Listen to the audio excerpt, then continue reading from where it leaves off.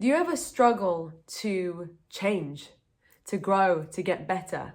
Do you ever find that it's a real challenge to start a new habit or improve yourself or improve your life? In this video, I'm going to share with you the one thing that you actually need to focus on first in order to be able to change any part of your life for the better.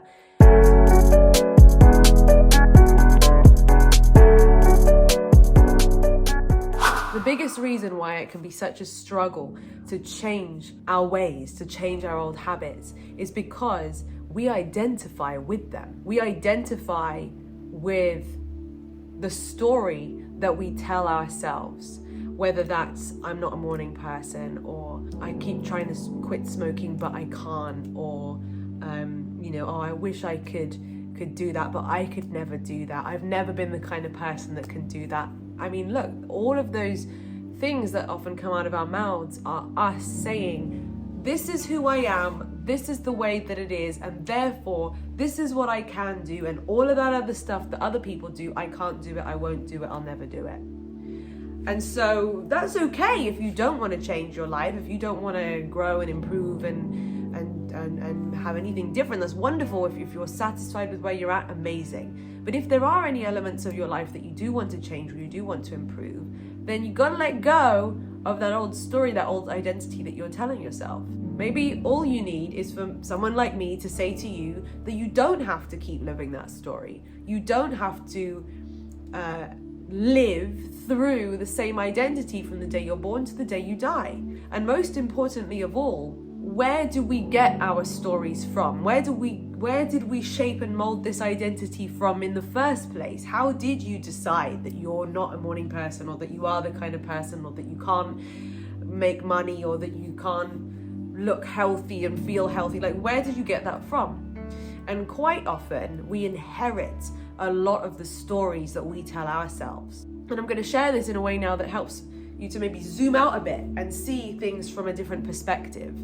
Because when we're born and we land into a family that grew up in a community that's living through the norms of a society, we believe that that is the world, that is how the world works. I remember thinking once, and this really blew my mind, depending on where you happen to be born, where you plopped into existence, like depending on what country, for example, you were plopped into, a lot of the things you identify with, or a lot of the things that you think are possible or aren't possible, would be different. For example, if you were born into a working class family in a third world country, and you saw your parents working 60, 70 hours per week and bringing home $5, $10 at the end of that week or at the end of that month, or if you were born into a European household or a Western household and you saw your family work hard for €2,000, $2,000 per month, or if you were born into a wealthy millionaire family in a very affluent country and you saw your parents bringing home millions of pounds or euros or dollars per month, doesn't that just kind of blow your mind a little bit? That goes to show that your time and your efforts aren't worth this fixed number that you may have become accustomed to because the people around you were earning that much money. You could fly to another part of the world, and the relativity between money and your value, or money and the action or your skill set, is totally different. They're totally different scales of measure. You know what I mean? So that's just one example to show that you were born into whatever circumstances you were born into, and as a result, you created your rule book of this is how the world works, this is what's possible for me, and this is what's not possible for me, probably just based on what was around you. And now with things like social media, a positive from social media is that it allows us to be exposed to more than just the people surrounding us. A teenager could be growing up in an impoverished household in an impoverished country, or with an abusive, negative family, but they could go online and see that there are positive people, that there are people who speak kindly to each other, that there is They could learn about different business opportunities, different ways to work. They could read books, they could listen to audios, they could find things on YouTube that teach them about a different way of thinking about money and so on. It means that we have the potential now, more than ever before in the history of our planet, to be socially mobile, to be able, more than ever, to decide, okay, this may be the environment that I was born into, this may be the family I was born into, this may be the society I was born into, but I can choose to expand my mindset and see that just because this is what I was born into, that's not the only way that it has to be.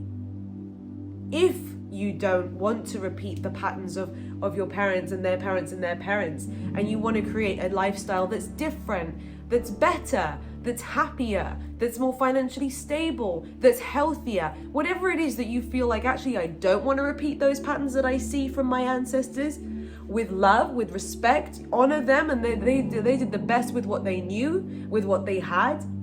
But you are living in a time now where you have more opportunity, you have the choice, you have the chance, you have more, you're exposed to more.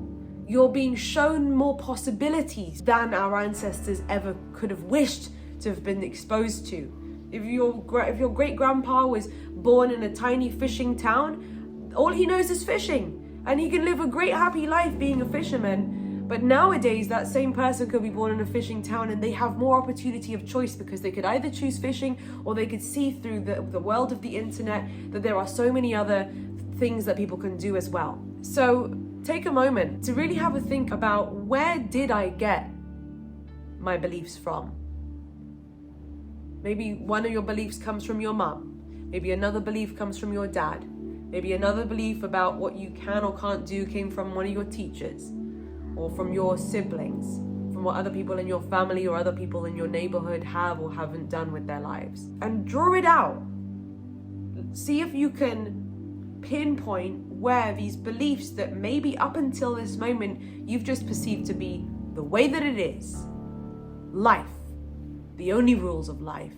And now you can start to see, actually, hang on, that's the rules that some people live their life by. But if you don't want their life, don't live your life by their rules. Study people who have got the results that you want. Study the way that they think. Study how they react to stuff, because we all get stuff.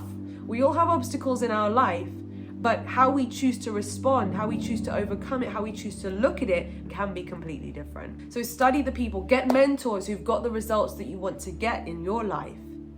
And it will help you to start to see a new perspective in the areas of your life that you want to change. And I'm not trying to offend you. I'm not saying that all of your beliefs are wrong. I'm not saying that at all. But if there are particular stories that you've been telling yourself, that you've been holding yourself back with, and you inherited them from people whose lives you don't want to recreate, love them and go and create your own rules and learn from people who've got that life that you want. If you found this video useful, please give it a big thumbs up.